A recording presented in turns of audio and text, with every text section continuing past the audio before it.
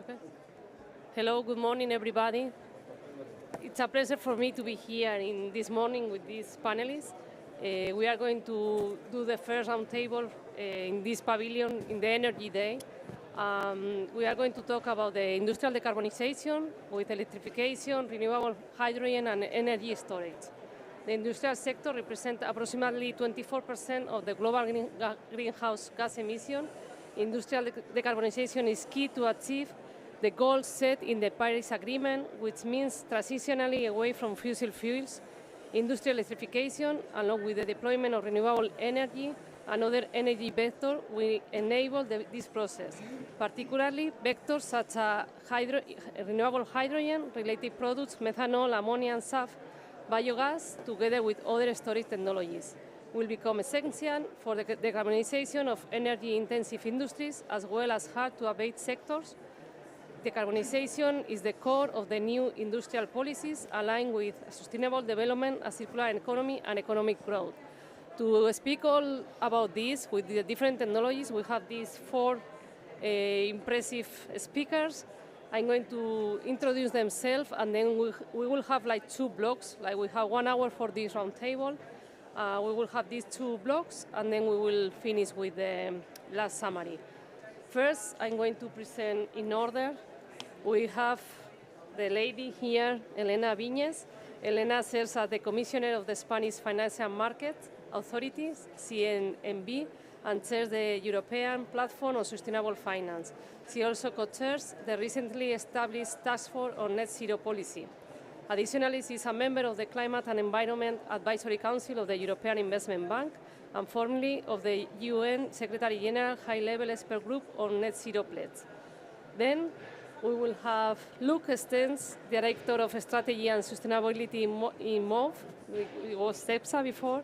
Luc is currently the Head of Strategy and Sustainability at MOEVE, an international energy company focused on green molecules and sustainable mobility.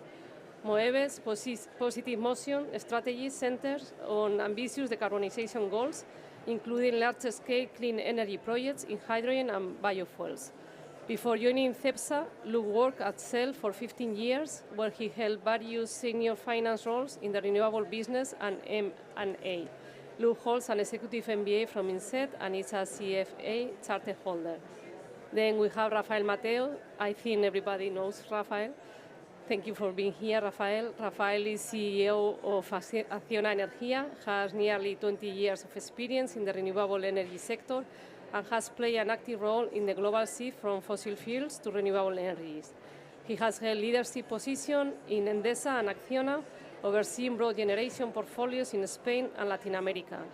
Since joining Acciona Energía in 2010, he has been instrumental in the company's growth and success. A key figure in the renewable energy field, he is also involved in international organizations promoting decarbonization and renewable development. And the last one, but not the least, is Francisco de la Flor, Director Sectorial and Multilateral Representation on Enagas. He's chemical engineering and economic sciences and business administration with more than 35 years experience in the gas and energy industry in several areas, companies and responsibilities in Spain, Europe, Maghreb, and Latin America countries. Main current international positions, UN ECE, Chair Group of Experts on Gas, and member of the Bureau of the Committee on Sustainable Energy. IU member of the Executive Committee and Council, and BIAC OECD member of the Investment Committee.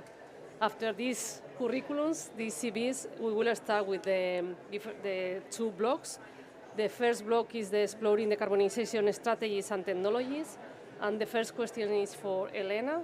And I would like to ask you, Elena, regarding taxonomy, the European taxonomy, it's a critical framework for guiding sustainable investments. Could you explain how the taxonomy is designed to support industrial decarbonization, particularly for sectors that are hard to abate, please? Thank you, and good morning to everyone. I think that I can talk about the EU taxonomy for hours and hours, but basically, the EU taxonomy, what it does, it's a classification, right? It's a classification of sustainable economic activities. So basically says whether or not economic activity is deemed to be sustainable and under which circumstances. And what is really interesting, and I think that for everyone to understand more what was the thinking that we had when we were developing the taxonomy, particularly the climate mitigation taxonomy. So what we thought is, okay, let's think about how the economy, European economy, would look like by 2050. Yeah? Let's look at what is the European strategy to get to net zero. And then from there, let's work backwards and thinking about all the different sectors and economic activities, how they need to decarbonize to get to net zero. And what we find out is that, grossly speaking, we can talk about three different types of economic activities. Those that they are low carbon, so they are almost there, right? Like wind energy, solar energy, right? Then we have those activities that they are fundamental for the rest of the economy to transition to net zero. So these are what we call the enabling. So you need to think particularly, we're looking at technologies and economic activities in the value chain. So following my example, you have the wind energy, so that you were talking about the turbines, for example, wind turbines. And then you have what we call those activities where are essential for the economy, but for which they are still far from net zero, and for which there's no economically or technological viable solution today to get to net zero. And the taxonomy is governed by the taxonomy regulation. And the taxonomy regulation defines transitional activities, which basically, going to your question, are those that are hard to abate. And what it says, the regulation, is that in order to be part of the taxonomy, you need to not have a replacement, an activity that could replace your economic activity and is lower carbon. So for example, you will not find in the taxonomy called power generation, because you can have renewable power generation. So therefore, for you, the taxonomy, the transition means to, change towards a different, in this case, renewable power generation. Number one. Secondly, that you need to avoid carbon lock-in. So any investment in that type of transition needs to take that into account. And thirdly, that it needs, it's technological neutral, right? So the taxonomy sets criteria, but it doesn't get into the nitty-gritty of what technology, as long as you meet the criteria, is fine. And how it works for the transitional activities it's really interesting, because the regulation says that you need to look at the best performance in the market. So for each one of the activities, we look at that 5 to 15% of each one of the economic activities. What are the technologies in place? What is the performance, the best performance that we can find in Europe in relation to that economic activity? And the idea is that pointing out, and that's why in revenues perspective, when you look at the companies, very few in the market actually comply with the criteria. But that was done on purpose, because the idea is that you need to aspire, right, to meet that criteria. So it creates that incentive to, keep upgrading your activities. Now, the transitional activities criteria is the one that by law needs to be reviewed every 3 years. So that means that it doesn't mean forcefully that it needs to be revision, right? Then you need to change it, but every 3 years you need to review it. So the EU platform, as we speak, we are reviewing the Climate Delegated Act, but particularly the criteria for transition activities. And that is, logically, is because what we're looking at now is what changes have happened in the market. Have there been any technological changes that says, okay, that technology that we put actually is no longer the best practice, there's a new one, yeah? It also looks at what has been the impact we're looking at the impact of the criteria in the market, and also the regulatory changes. Because as anyone who has flipped through the EU taxonomy would see that a lot of the criteria also makes reference to other regulation in the EU, so we need to upgrade that. Now, you would say, okay, that's great, but if you need to get to net zero and you're saying there's no technology that exists today that can get you there, there was a moment where you're going to get stuck, right? Unless there's those investments in new technologies that allow you. So one of the things that we're now working on, well, I should say that the Commission is working on, is saying, okay, do we need to develop policy pathways for the different sectors, and particularly for those transitional activities on one hand, and how those policy pathways would translate into technological pathways, yeah? So that's one exercise. And what the platform, we do in a way, we are the official advisor to the European Commission when it comes to the development on sustainable finance, the taxonomy on sustainable finance.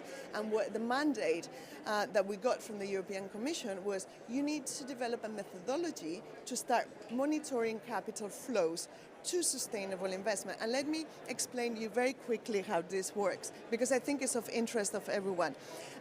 Everyone has been complaining about, how much reporting you need to, but the reporting is the means towards something, and it has a practical result as well. And with all the information that now we're starting to gather in terms of the performance on the taxonomy of the different companies, and soon on the ESRS, so on the different things, we developed a methodology to start seeing which, which economic activities are being invested in, through which financial instruments, and which ones are being underinvested. And you cannot underestimate the power of this, because if you look at the taxonomy and the detail of the economic activities, we are soon going to be able to find out exactly which, not only the economic activities, but in which countries, in the regions, which technologies are being invested and which ones are not.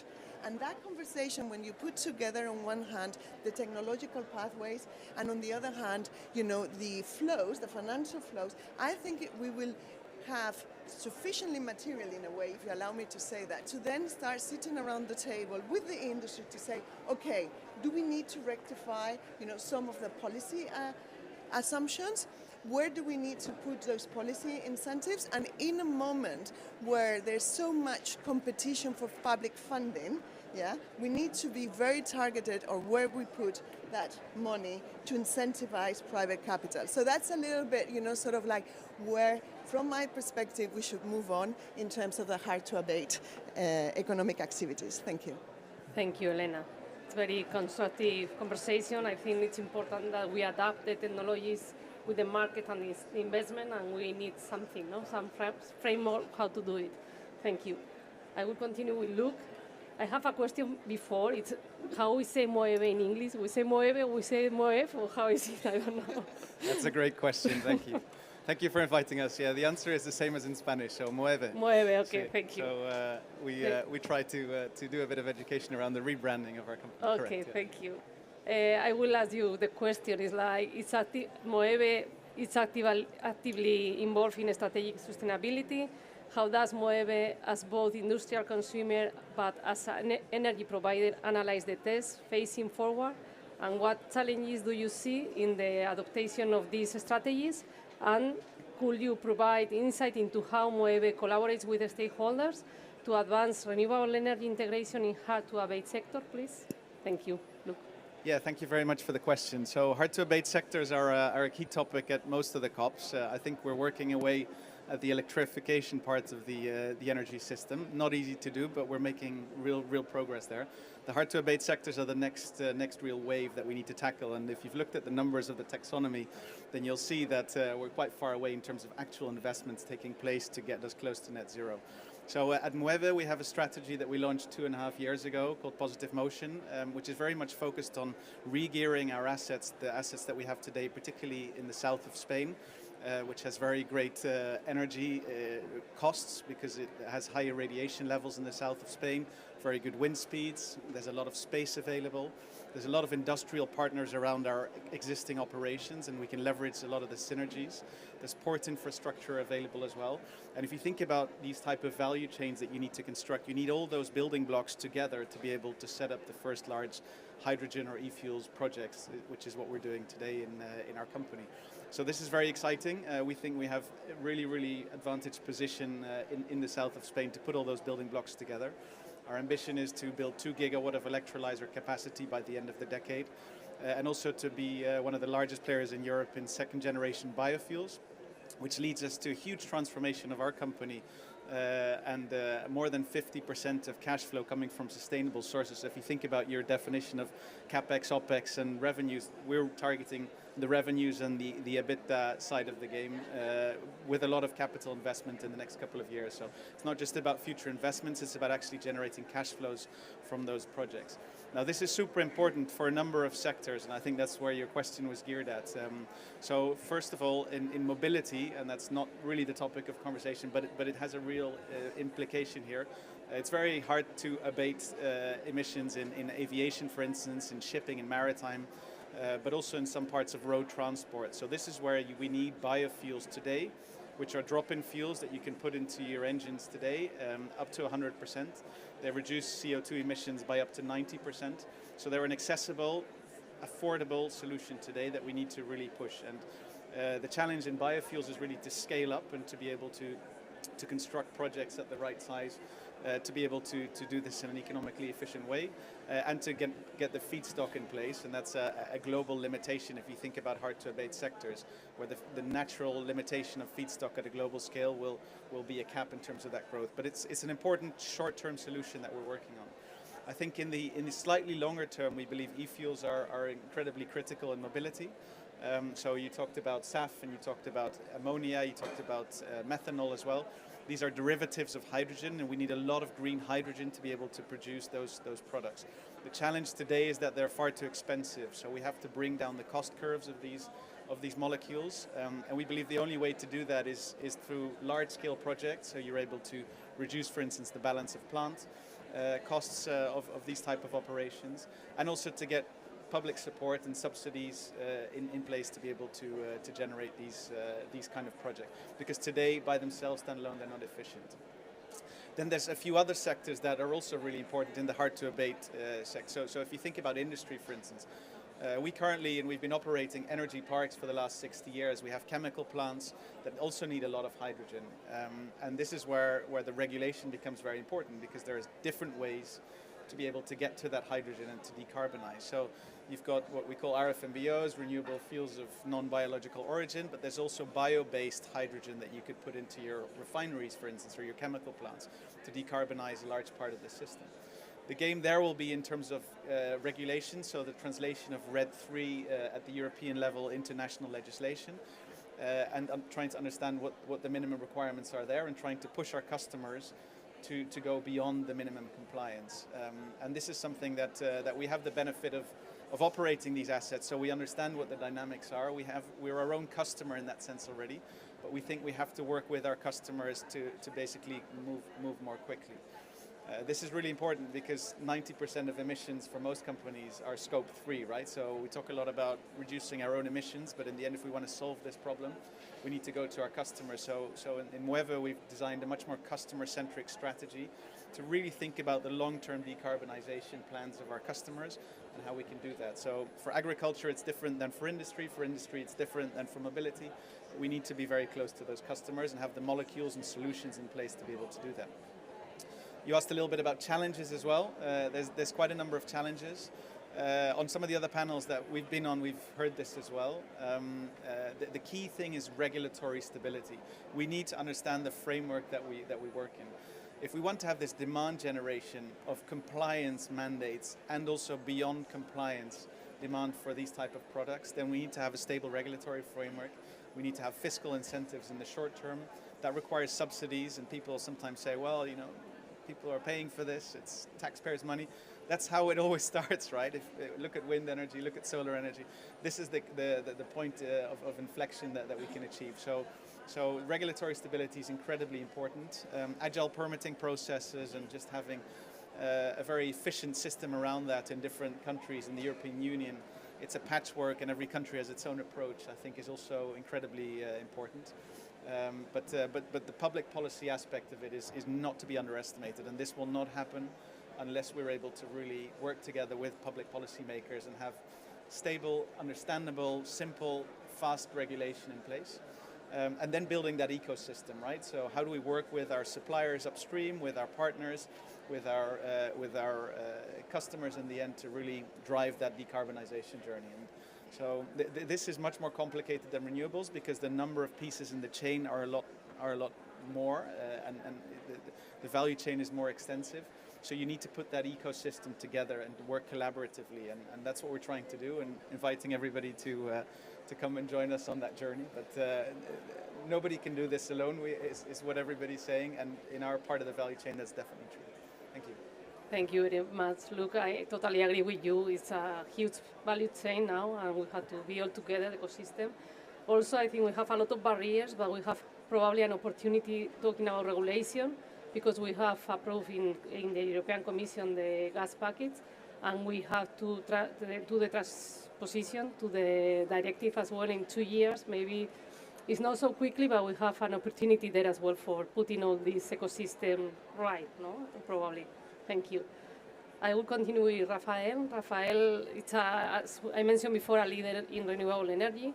Acciona is at the front of the industrial decarbonization.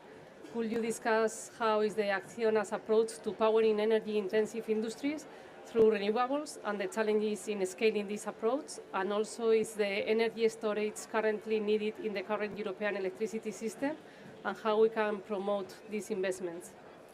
Okay, thank you, Nayara, and good morning to everyone. First, let me say that we have been talking for many years about the transition, but the transition is not the target. The target is the decarbonization. So the transition is just the journey. So we need to focus in the final target more than in the transition that we are doing.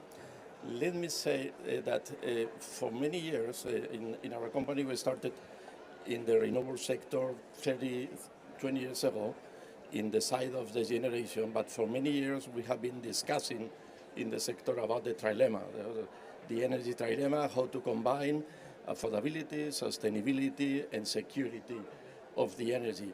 The solution, after many years developing lower cost technology to produce green electricity, today the solution to the trilemma is very clear. Renewables, there is no more solution. It's a perfect combination in between cheaper energy, cleaner, and local, secure, autonomous energy. But let me say that this is not today the issue. We need a new trilemma that is more complicated. We need to land the situation, and the trilemma today is that we need to combine generation, demand, and transmission. This is a three-leg table, and we need to grow the 3 legs of the table at the same time. And we have been focused for many years on the generation side, forgetting the demand side and forgetting in many countries, in many markets, the transmission. The key is not to produce renewables. The key is to consume renewables. So we need to change the view and to focus on the demand side, because when we are seeing the different plans from the different governments or the different regulators, all them are plans from the production side, volume of generation, tripling for whom? So we need to triple the demand, the consumption, the energy uses. Of course, energy produced by clean sources, there is no way. But we need to focus on the demand side.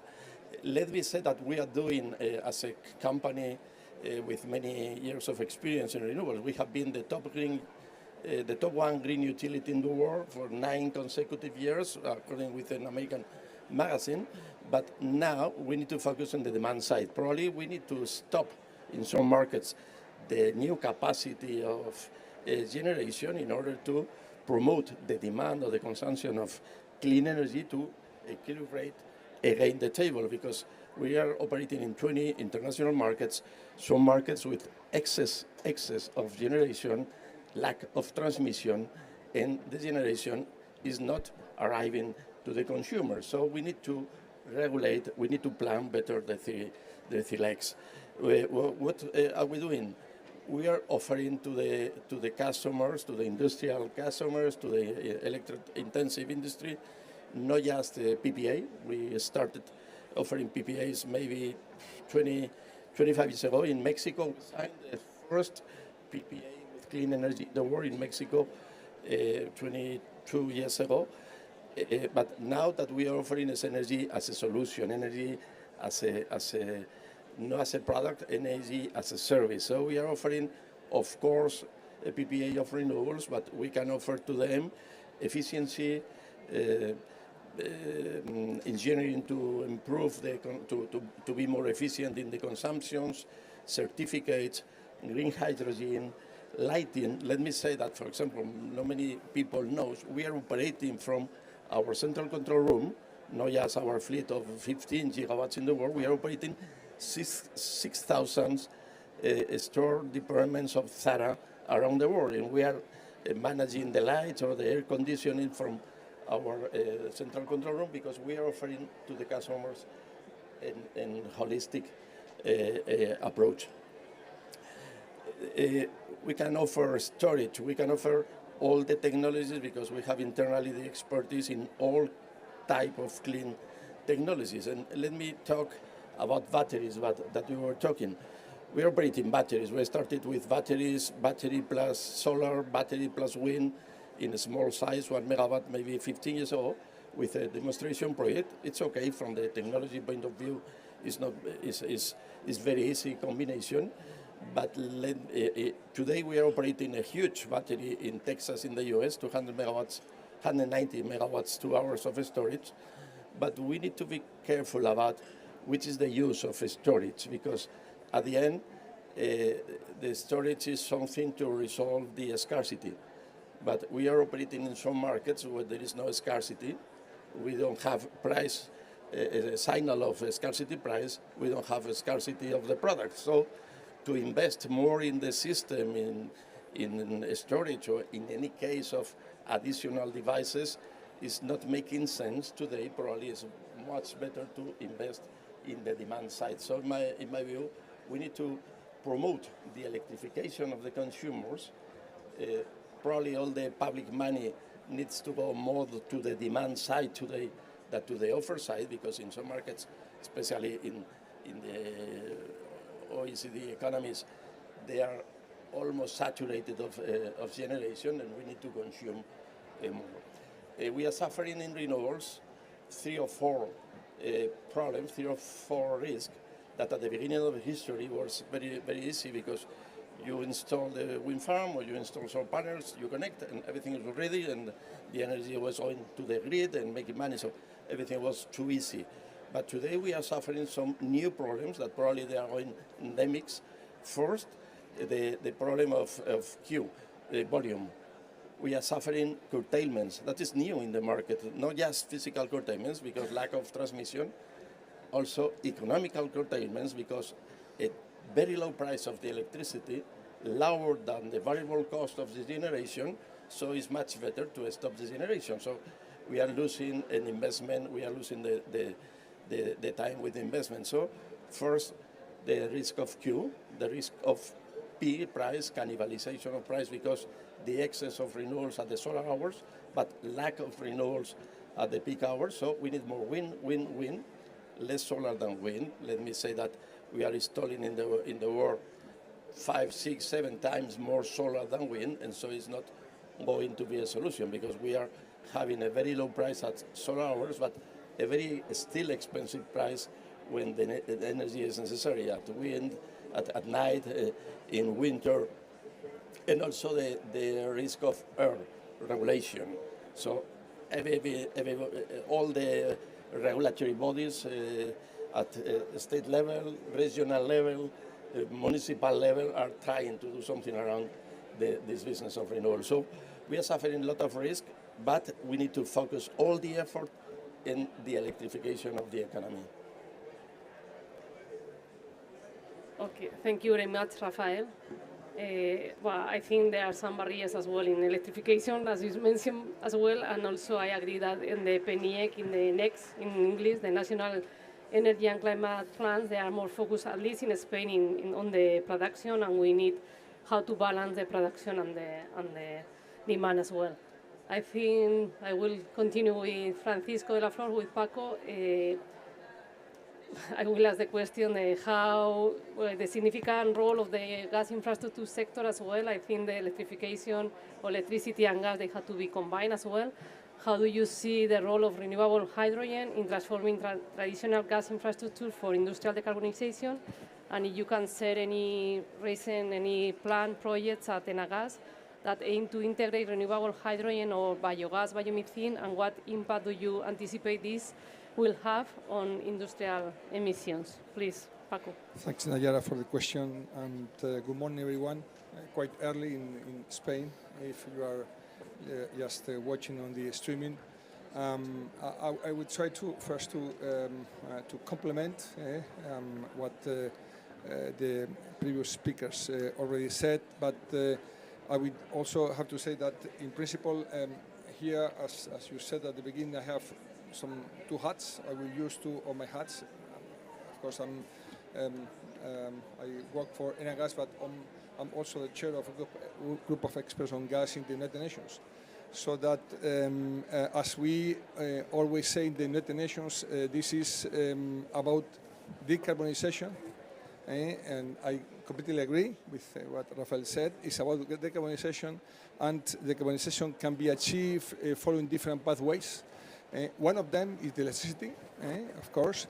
A second pathway is renewable gases, as biogas, biomethane, hydrogen, but also we have the carbon market. So there are different ways, different pathways, and there are different combinations. And what in our sessions in Geneva, we always say this is not about electrification, this is about decarbonization. Just to put this on this. Then, of course, there's this renewable hydrogen, and I'm going to focus on hydrogen, particularly on hydrogen. We'll have a key role just replacing natural gas and coal and oil in how to abate, how to decarbonize industries and transport. That's clear. Luc has already said, and probably I will not elaborate more on that. What it is also clear for us is that there are producers. In the past, we in the gas business we spoke about supply, and there are consumers or demand consumers, and in the past we refer as demand. And there is something in the middle which is absolutely essential, which is the network, the infrastructure. Without the infrastructure, the market cannot be achieved. An integrated market, we are particularly, let's say, sensitive in the Spanish situation. That without that integrated market, the consumers will not benefit from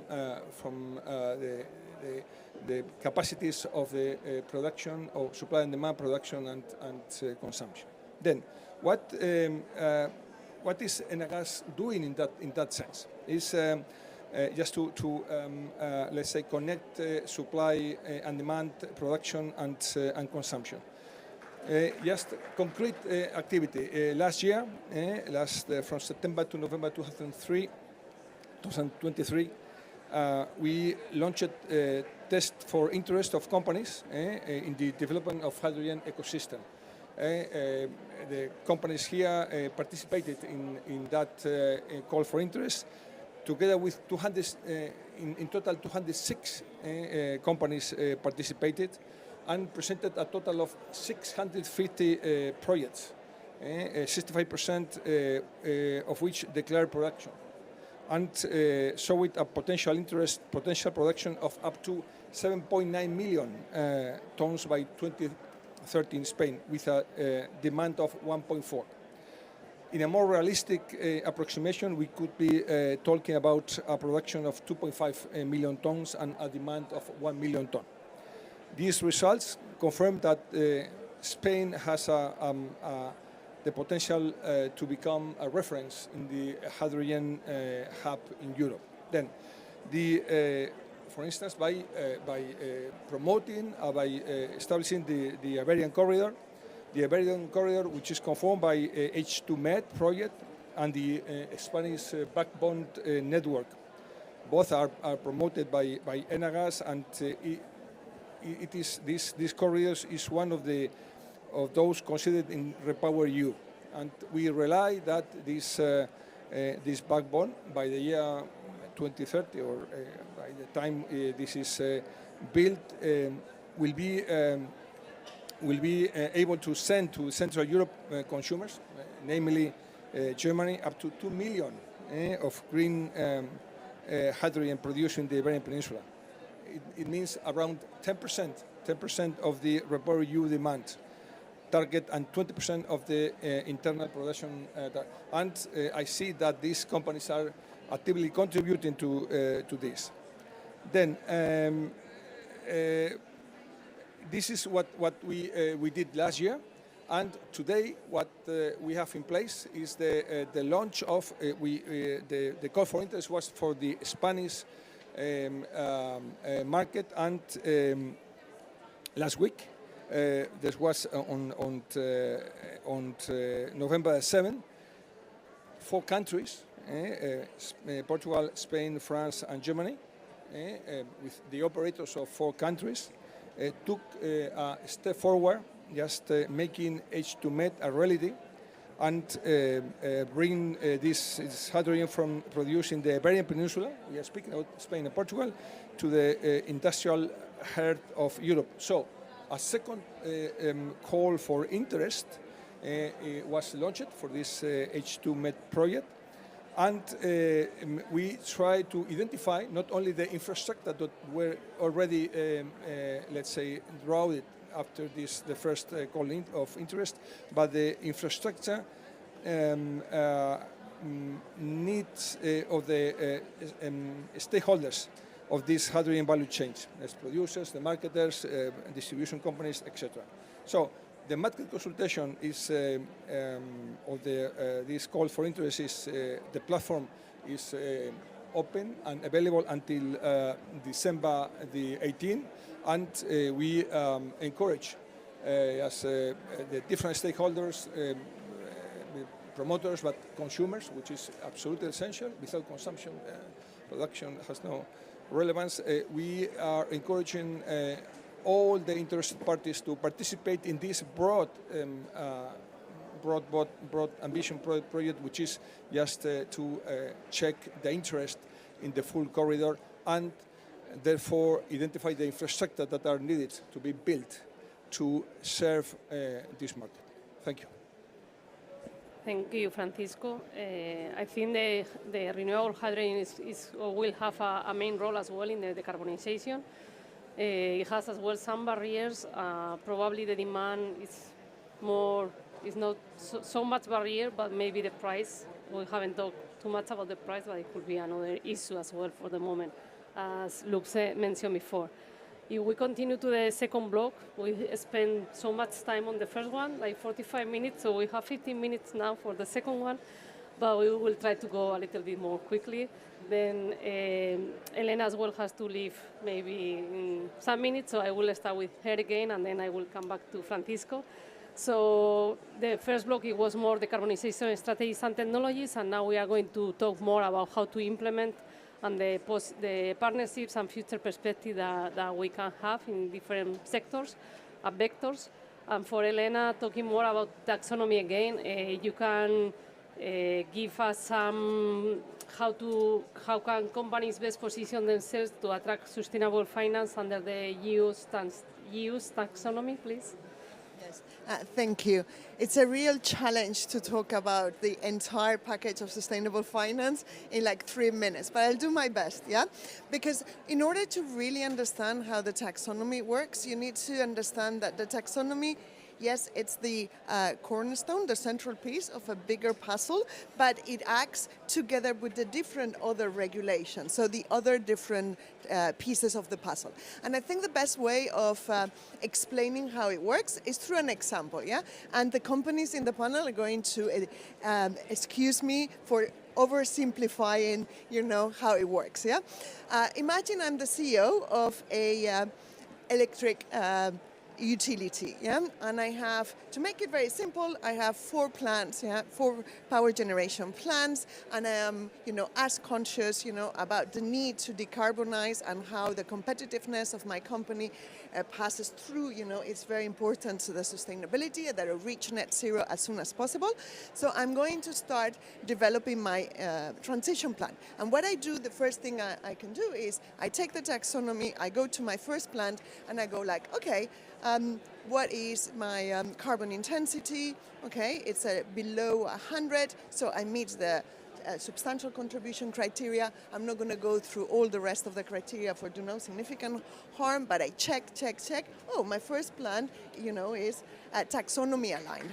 Then I move to the second one. Well, this one, I still need a little bit of work, the third and the fourth one.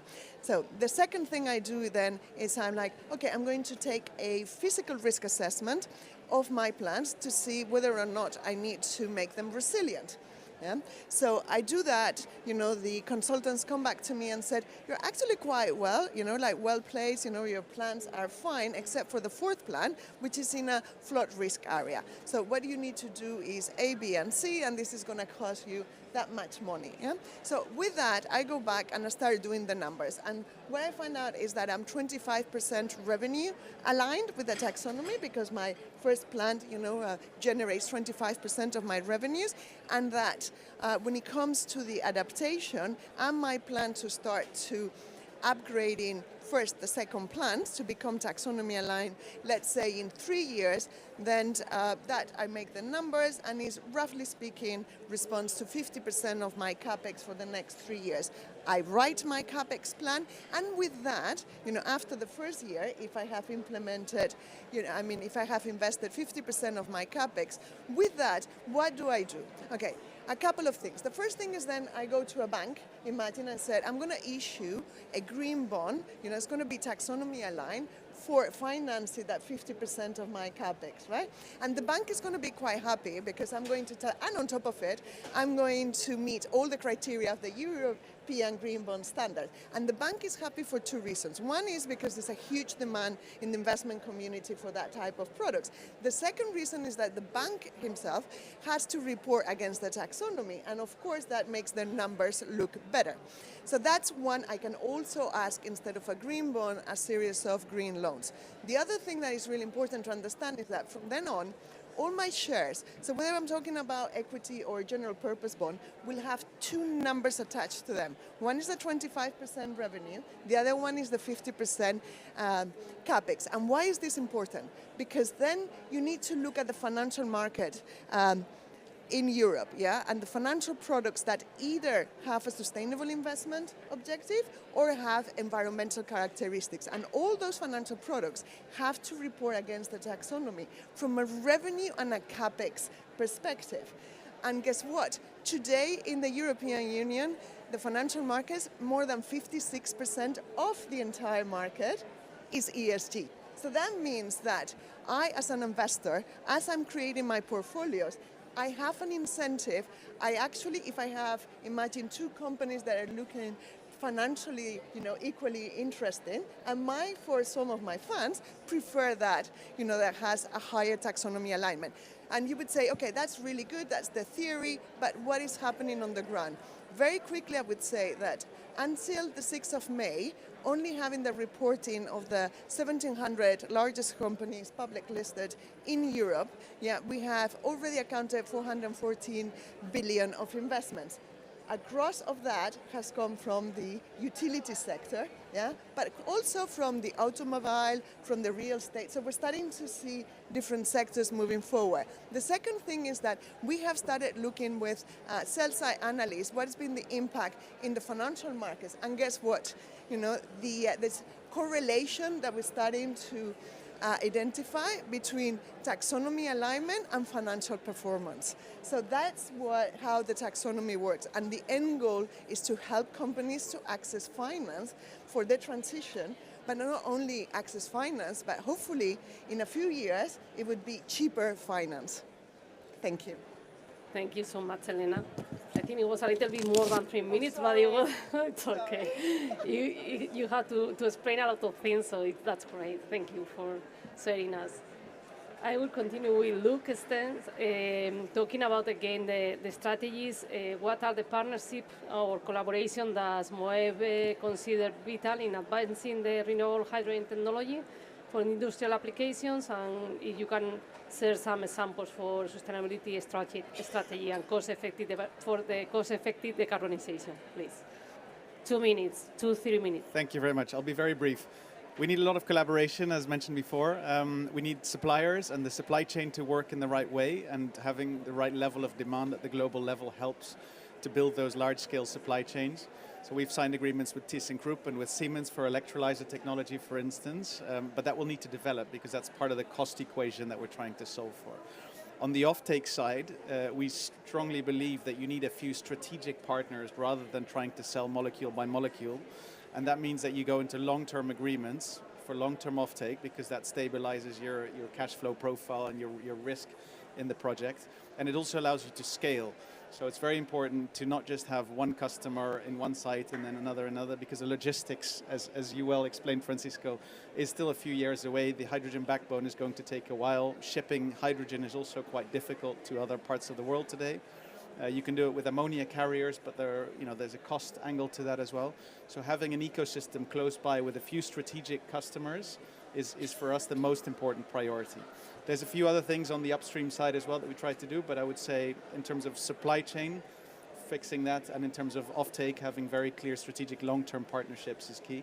And that's exactly what we're doing at Moeve. Thank you very much for your short time. I will continue with Rafael. I will ask you if you can explain a little bit more about which ones are the the critical factors that currently can delay the electrification if we are talking on the industrial side. Well, the industry needs to have clarity about which are going to be the long-term prices of the energy. It's the same that we were talking about hydrogen, electricity is the same. We started with hydrogen 5 years ago because the rationale was hydrogen is for the non-electric uses as clean electricity is for the electric uses. So it's the same product. So hydrogen at the end is clean energy. We are talking about green hydrogen. There is no more color. So green hydrogen is green electricity plus water, in this case, plus electrolyzer and so on and so on and so. But the situation is we are not finding off-takers for hydrogen because they have no clarity about which are going to be the prices of the electricity in the long term. And very similar situation is we are seeing the very similar situation with the off-takers for clean energy because there is some misunderstanding about the electricity is going to be no cost or extremely cheap.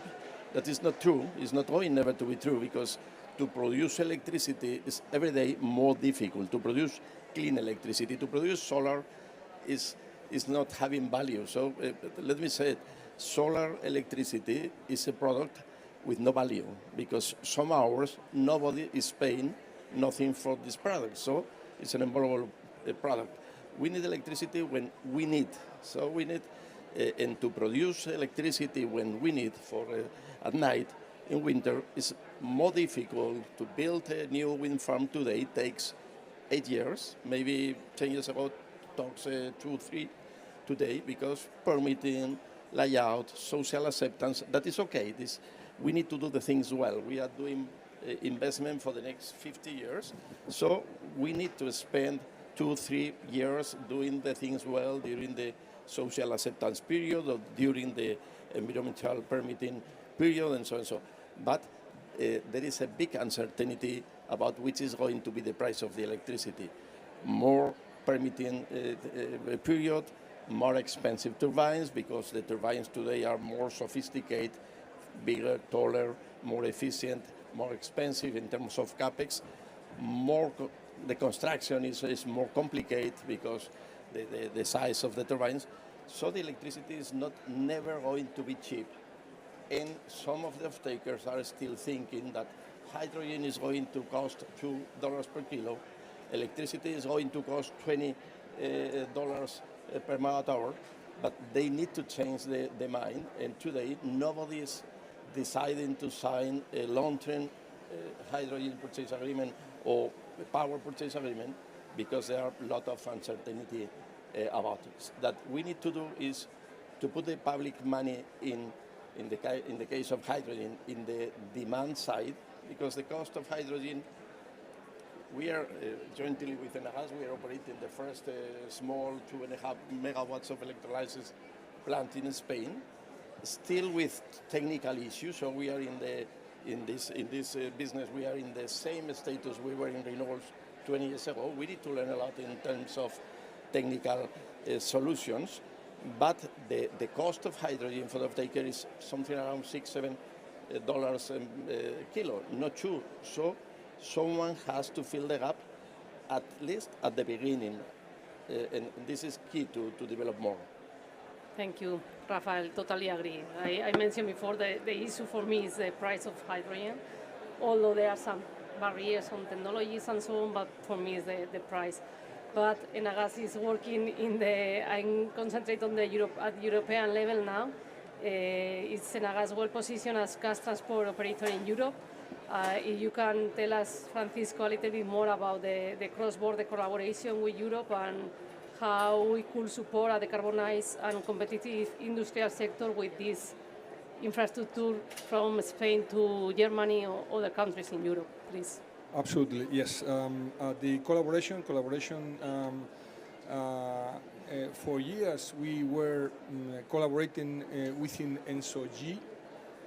I was the member of the board for 40 years, 50 years, so I was deeply involved.